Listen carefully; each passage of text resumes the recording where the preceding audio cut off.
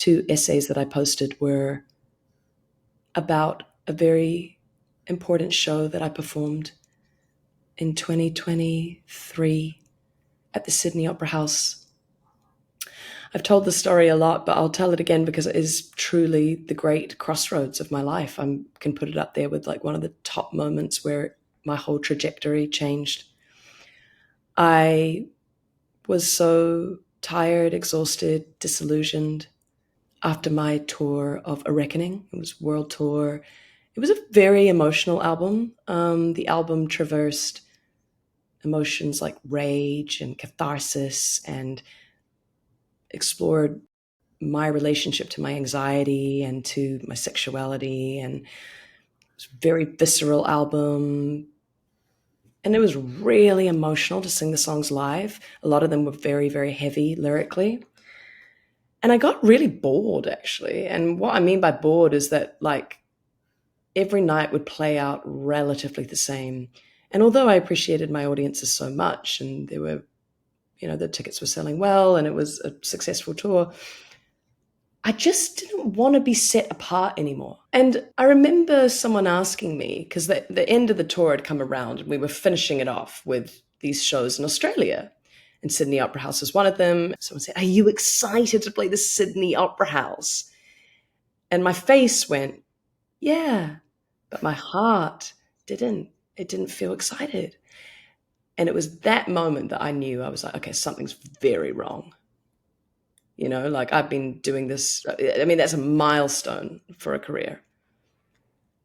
And when I really am wrestling with something, I go into prayer. That sort of just looks like silent meditation for me, but it has like a posture of receptivity, and I'm directing a question or directing a war cry, please help.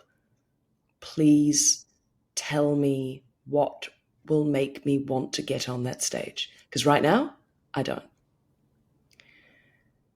And, I'll go so far to say that I did receive some sort of answer. This is always tricky to explain, isn't it? Because it's not an audible voice, but often right? Like the spirit does speak, I believe, and it comes to us in different ways.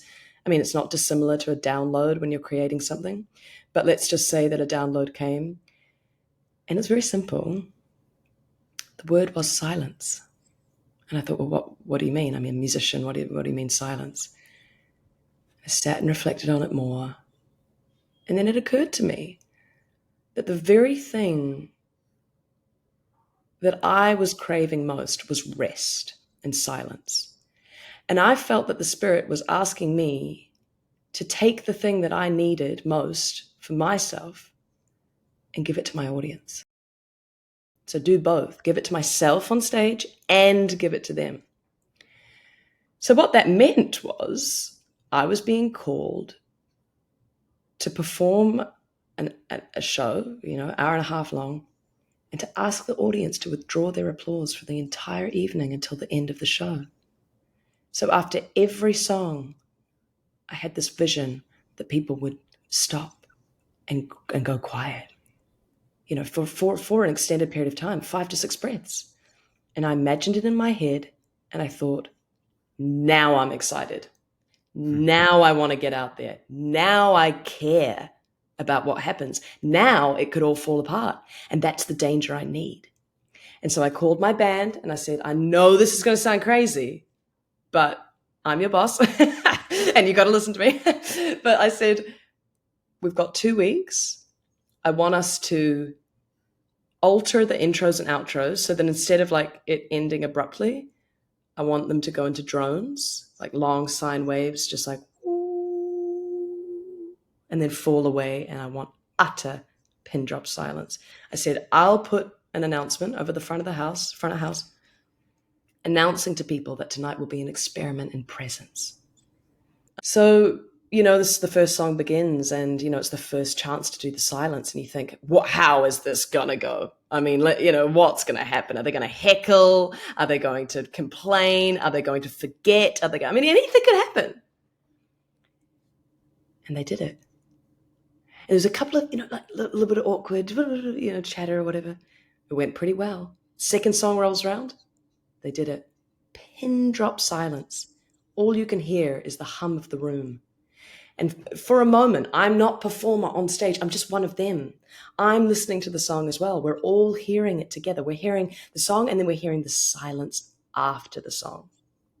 And what we're doing, which is another theme of A Reckoning, is we're breaking our loops together.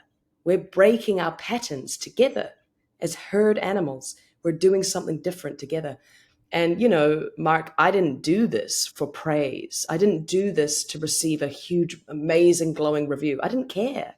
In fact, because this is the thing about crisis.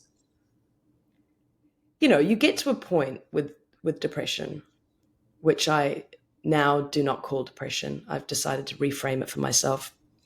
And I use the word honey bones, which is a season that I experience where I don't really want to get out of bed. And it's very chronic and debilitating.